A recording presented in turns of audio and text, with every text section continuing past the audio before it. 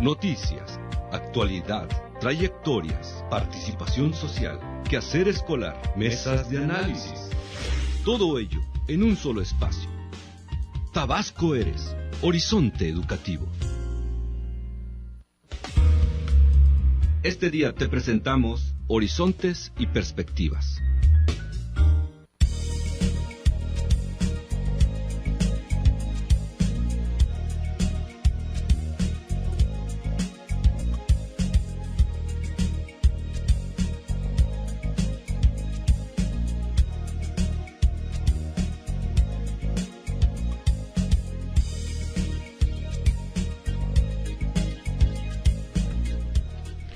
Buenas tardes, estimado auditorio. Sean bienvenidos a una emisión más del programa de radio Tabasco Eres, Horizonte Educativo.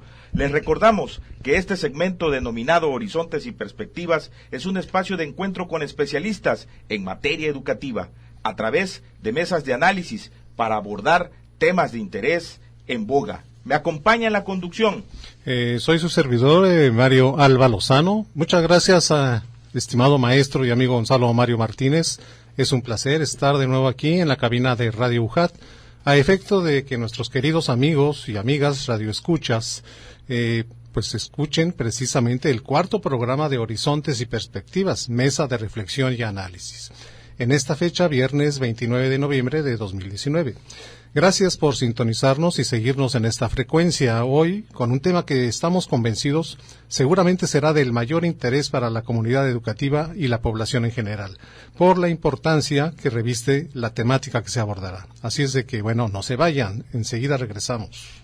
Mi nombre es Gonzalo Mario Martínez Gómez, locutor de este programa de radio, y les recordamos, nos sintonicen en el 107.3 de FM, Voz Universitaria Radio UJAT, y nos sigan a través de nuestras redes sociales, en Facebook, en la página Voz Universitaria Radio UJAT, y en Twitter nos encuentras como @radio_UJAT. Tabasco Eres, Horizonte Educativo, un programa especialmente hecho para ti entre la Secretaría de Educación del Estado de Tabasco y Radio UJAT, Voz Universitaria. Comenzamos.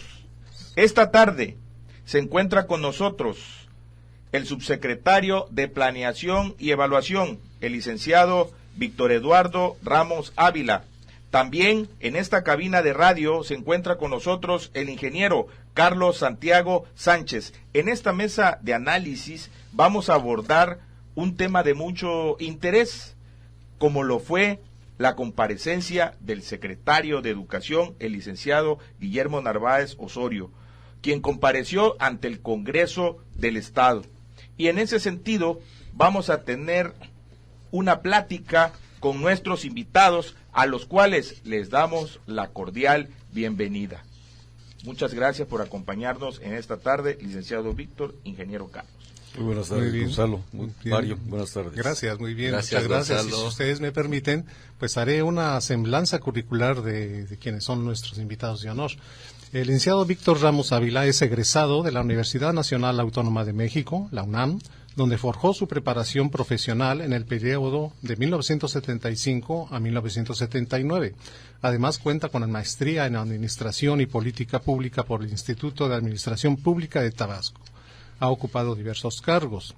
Especialmente podemos mencionar que fungió como subdelegado de la Secretaría del Medio Ambiente, Recursos Naturales y Pesca, Delegación Tabasco.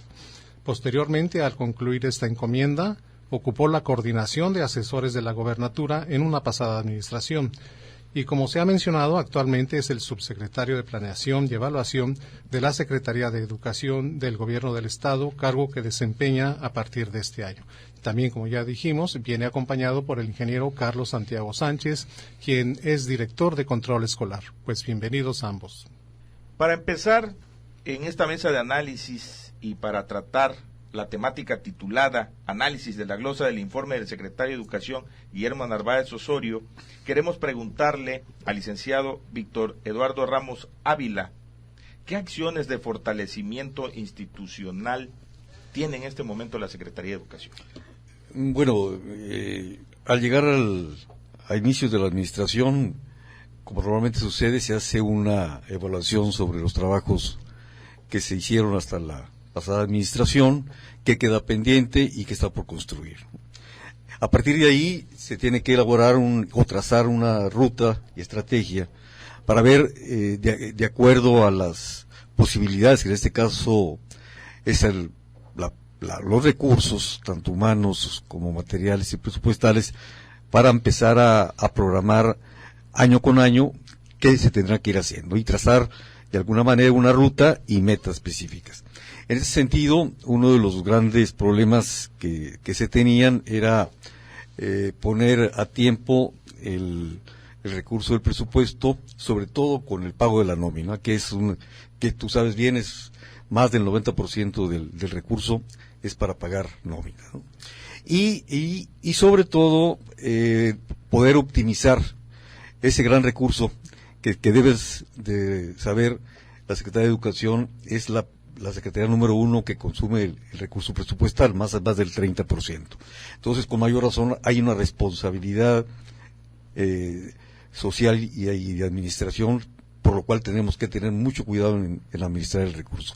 Entonces, a partir de ahí teníamos que hacer y tomar algunas medidas de carácter administrativo que nos ayudaran fundamentalmente eso, que es la base de partida, ¿no? Y sobre eso ya con mayor tranquilidad ir planeando hacia el futuro los grandes retos que tenemos en materia de calidad educativa. Muy bien, muchas gracias, maestro. Y bueno, ya propiamente en lo que fue la glosa del informe que presentó el licenciado Narváez, el secretario de Educación, yo quisiera preguntarle, bueno, el licenciado Narváez se refirió al Programa Estatal de la Mejora Educativa. ¿Podría decirnos en qué consiste? Sí, el programa de la mejora educativa podía ponerla como una respuesta a los resultados que se hicieron de un primer diagnóstico que ocurrió entre los primeros 3 meses de la administración actual. Lo que nos ponía en la antesala de lo que tendríamos que diseñar era primero entender qué ocurría o qué estaba ocurriendo en el rendimiento escolar. ¿Por qué Tabasco estaba ocupando uno de los últimos lugares en el rendimiento? Y qué podríamos hacer hacia el futuro, ¿no?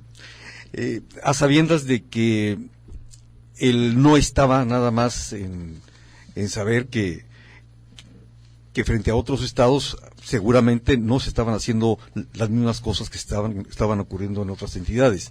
Aquí lo primero que tratamos de entender a qué obedecía que este rezago se mantuviera por muchos años, porque no es nada más de manera accidental ocurrió en los últimos años, sino ya se traía más de una administración con bajo rendimiento con respecto a otros estados. Yo creo que ese fue nuestro principal reto y creo que a partir de ahí se instrumentó un programa de mejora sin dejar de lado el parteaguas que para nosotros significó la nueva reforma educativa, con el cual se abandonaba un modelo educativo que se trató de instrumentar desde el año pasado, que además no se acabó de terminar, y entrar en una visión de desarrollo educativo distinta a como se planteaba el año pasado. Y a partir de ahí, montado sobre esa nueva visión, nosotros también trazamos por parte del Estado el programa de mejora educativa 2019-2024. También en la glosa del primer informe del secretario de Educación comentaba acerca del fortalecimiento de las escuelas multigrado. ¿Qué nos pueden comentar acerca de ello? Bueno, para eso te voy a enumerar las 4 estrategias que se trazan de acuerdo al programa de mejora educativa, ¿no?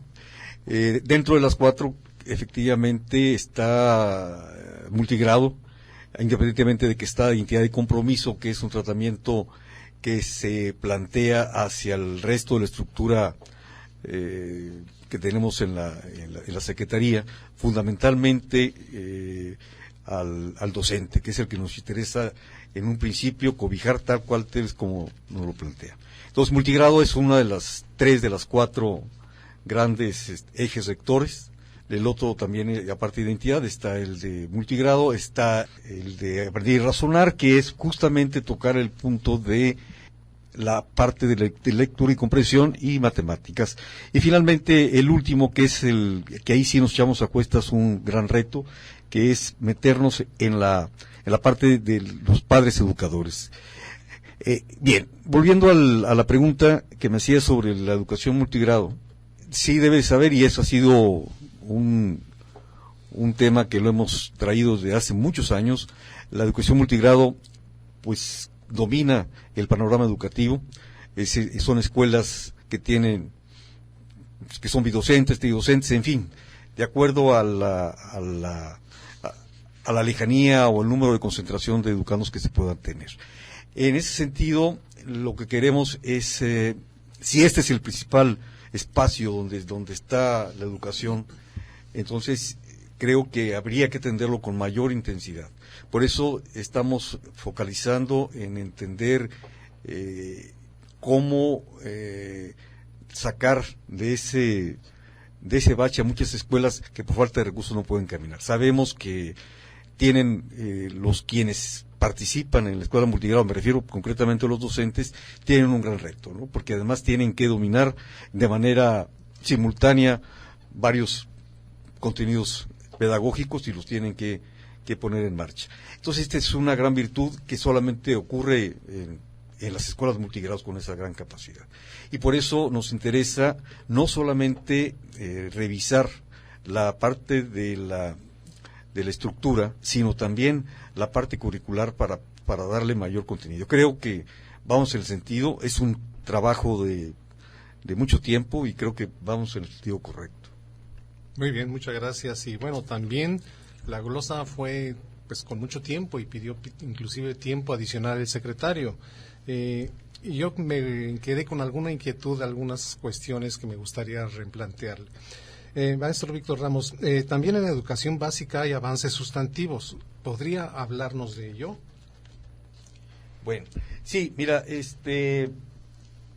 yo creo que derivado precisamente de este programa, nos enfocamos fundamentalmente a nivel de primaria, para que a partir de ahí tratáramos de poder conformar un contenido pedagógico que verdaderamente sí nos ayudara a salir.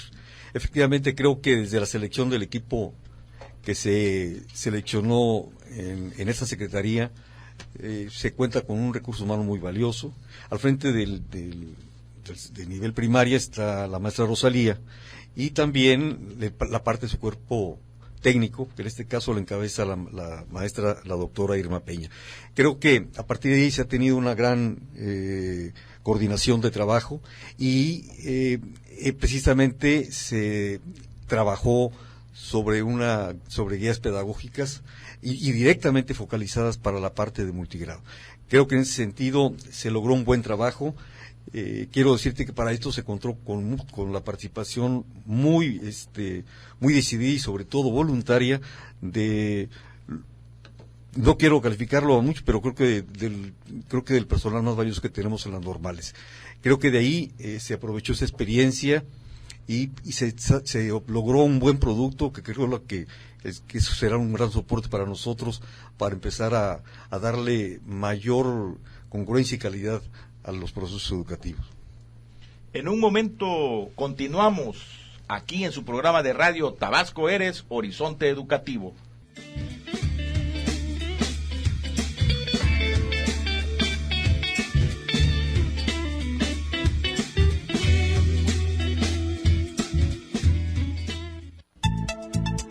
Horizonte Educativo. En un momento regresamos.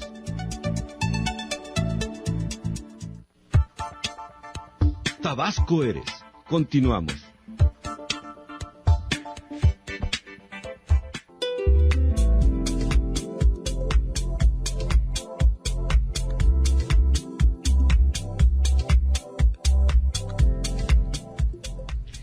Regresamos a su programa de radio Tabasco Eres, Horizonte Educativo, con la temática análisis de la glosa del informe del secretario de Educación, el licenciado Guillermo Narváez Osorio. Un dato importante que dio a conocer el secretario de Educación en la glosa del primer informe fue que avanzamos unos lugares en la prueba Planea. ¿Nos podría comentar, licenciado Víctor Eduardo, en qué consiste? Bueno, como ya te había mencionado al inicio, los lugares que ocupaba Tabasco, este año teníamos la evaluación de secundarias y el próximo año tendríamos media superior. Entonces, quiero un poco replantear de que aquí dicen que más cabezas piensan que una sola, ¿no? Y si son de las mejores cabezas, pues mejor. Y esto fue lo que tratamos de hacer al reunir a los mejores elementos que teníamos en las escuelas normales en Tabasco. Y a partir de ahí se escudriñaron cuál sería el mejor método para poder trabajar, ¿no? Esto llevó a que un proyecto que encabezó personalmente la maestra Etel Garrido, Miguel Escalante, entre otros, y en la parte de matemáticas y en la parte de español la maestra Rosario León, la maestra Leti Jiménez. Creo que se conformó un equipo de 10 expertos y se trabajó una ruta para poder trabajar en un proyecto piloto para planear de secundaria. Creo que el esfuerzo fue muy significativo. El resultado final, que lo conocimos hasta hace 5 semanas, nos arrojó que la ruta que trazamos fue la correcta. Abarcamos 79 escuelas de materia de secundaria y tomamos las escuelas peor calificadas, y creo que esto fue lo más sobresaliente. Y el resultado fue que inclusive algunas se estuvo por arriba de la media nacional. Eso significa de que cuando se hacen las cosas de manera coordinada y muy seria y profesional, se puede obtener. Y creo que esto nos ayudó a planear que en el futuro trabajar sobre esta misma ruta, pero con mayor extensión para poderlo hacer. Sí se puede hacer, y creo y estoy convencido de ello, y creo que el próximo examen de planear que tendremos en el mes de abril para media superior, creo que valdrá la pena, y esperamos los resultados. Muy bien, correcto. Muchas gracias por esta respuesta.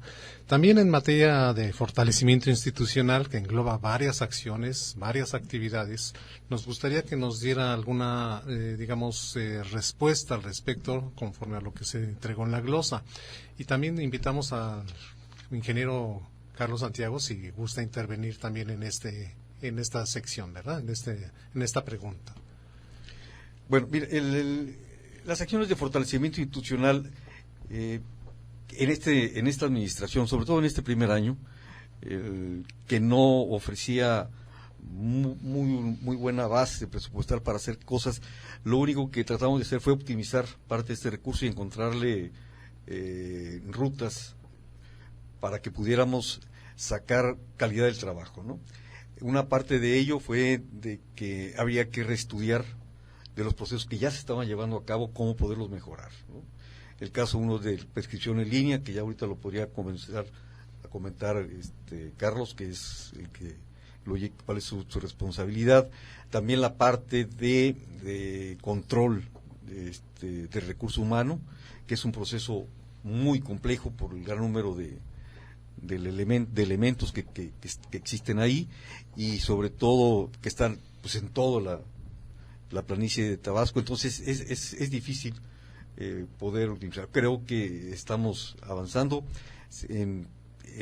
estamos prácticamente en vísperas de tener un nuevo sistema de control del recurso de manera digital. También entramos en otra parte de la cédula electrónica, que también lo podríamos comentar de manera muy rápida. Creo que se ha trabajado en varios rumbos. Estamos trabajando sobre un proyecto de reingeniería, igual para darle mayor ligereza a la administración pública central, para que realmente acompañen los procesos administrativos del personal docente.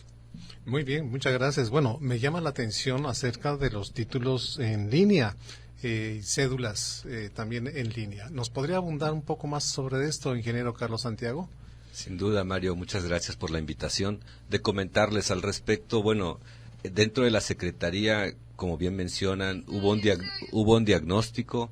Ese diagnóstico también, a través de lo que se hizo con el subsecretario y secretario, pues detectan a las personas y los talentos que se tienen. Realmente enfocarlos a acciones claras y precisas. Tal fue el caso de título electrónico para los normalistas. Era un proyecto que estaba ahí, que lo único que faltaba era gestión. Gracias a ello, en un momento dado se logró traer aquí incluso al Estado al maestro Andrade, si no mal recuerdo, el director general de profesiones. Se aperturaron las puertas y nos permitieron a nosotros darle a los normalistas más de 400 títulos, 400 precisamente normalistas, y con ello lograr que ya no tuvieran que viajar a la Ciudad de México a gestionar, a hacer filas para gestionar su cédula. Es decir, con esta iniciativa impulsada por el secretario, precisamente se logró que el talento que está en la Secretaría pudieran innovar y ejecutar el título electrónico para los normalistas, permitiendo, como te decía yo, en un solo día, después de que se haya registrado el título, contar con su cédula profesional. Es decir, hoy día, si ya todos nuestros normalistas lo hicieron, porque ese es un trámite personal, ya tienen todos su cédula profesional, los que egresaron, no solamente este año, sino el año pasado, en octubre del 2018. Y esto obviamente acarrea grandes beneficios sociales y económicos. ¿Me podrías subrayar precisamente cuáles serían estos? Claro, sin duda. Estamos hablando de dinero del bolsillo de nuestros ciudadanos, y engorroso a veces, porque también esto les está abriendo oportunidades de empleo, no solamente en el Estado, tal como lo menciona en la glosa el secretario, sino también a nivel cualquier otro estado, ¿no? Porque ya llevan su cédula, ya están registrados como un profesionista. Muy bien, muchas gracias por esta respuesta. Nos aclara sin duda cuáles son estos beneficios acerca de los títulos y cédulas electrónicas. Y mencionabas también acerca de algunas innovaciones de una reingeniería. ¿Podrías abundar sobre esto? Pero básicamente, mira, la preinscripción en línea es una innovación. Cada vez que es una historia que ya muchos vamos olvidando cómo se hacía antes la preinscripción en febrero, largas filas, gente que ya se quedaba a dormir en las escuelas, exponiéndose en la seguridad y precisamente gestionando en esta administración los recursos necesarios, se logró implementar nuevamente la preinscripción, logrando que 118,000 personas no se tuvieran que formar para preinscribir a sus hijos dentro de las escuelas públicas. Entonces esto es gracias al talento que, insisto, está en la Secretaría, que está ahorita enfocada a dar resultados hacia la visión que se tiene de la Secretaría hoy día. Muchas gracias, ingeniero. Otro proyecto importante es el de becas, tanto en escuelas oficiales como particulares. Son acciones institucionales. ¿Nos podrían comentar qué ha hecho la Secretaría en ese sentido? Como te comentaba, estamos también atravesando por un parteaguas histórico, en materia educativa también. El tema de becas también ha sufrido una nueva perspectiva en cuanto al manejo y adjudicación, ¿no? Tú bien sabes que, como se anunció, la beca Benito Juárez prácticamente son universales, que van desde el nivel básico hasta lo superior. Eso también ha hecho que nosotros estamos adaptando a estas nuevas disposiciones federales, y nosotros de alguna manera también coadyuvar dentro del Estado a apoyar a la economía familiar en muchos casos. Entonces, básicamente ahorita estamos trabajando sobre nuevos lineamientos para becas particulares, inclusive las que se acaban de asignar a finales de mes de septiembre. Pues obviamente no se buscaban los números de beneficiados que se tenían en otros años. Se duplicó, se triplicó, y se tuvieron que bajar las becas al 50%, como bien lo había dicho el licenciado Narváez, para que alcanzara el mayor número de familias a beneficiarse de esto, ¿no? Y lo mismo está ocurriendo también con la educación superior. Entonces es un manejo. El otro es de que también el proceso ha sido más transparente. Los criterios se ampliaron para que también quienes participaran no solamente fuera por el aprovechamiento académico, sino también se tomaran otras condiciones, ¿no? El ingreso familiar, que eso también debería de contar. En el caso de becas en escuelas públicas, tenemos entendido que el proceso de asignación tuvo una modificación, que en este caso ahora fue una beca de excelencia. ¿En qué consistió? Así es, Gonzalo. Básicamente, para asignar las becas oficiales, precisamente se puede tomar las calificaciones que hoy día las calificaciones que están ocurriendo en las primarias y en las secundarias para nuestros alumnos ya están siendo registrados en línea nuevamente, y eso hace que en julio, cuando se les entregan las boletas al fin de curso, ya tenemos todo el historial académico de los niños.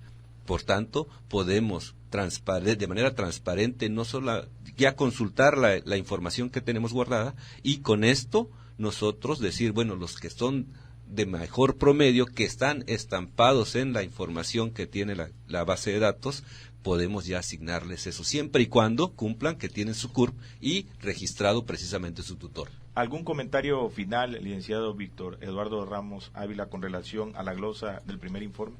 Bueno, dejamos de tocar mucho, el tiempo es muy corto, creo que hay temas que valdría la pena sacar, pero creo que la semana próxima, si hay oportunidad, podríamos tocar este punto, sobre todo la parte de los niveles medio superior y superior, que te recuerdo que hoy inclusive se llevó a cabo el foro para estudiar la ley general de educación superior, ¿no? Entonces yo creo que habrá oportunidad la semana próxima para volver a tocar. Pues agradecemos la presencia a este programa de Radio Tabasco Eres Horizonte Educativo, a nuestros invitados, y le agradecemos a ellos por compartirnos esta experiencia que tienen en torno a la glosa del primer informe. Sin duda, profesionistas de reconocido prestigio. Muchas gracias por acompañarnos, el licenciado Víctor Eduardo y Carlos Santiago. Se despiden de ustedes. Mario Álvaro, servidor de ustedes. Víctor Ramos. Carlos Santiago. Muchísimas gracias por escucharnos, y les recordamos, nos sintonicen en el 107.3 de FM Radio Hat, Voz Universitaria. Hasta pronto. Este programa fue producido por la Secretaría de Educación de Tabasco y el Centro de Comunicación de la UJAT.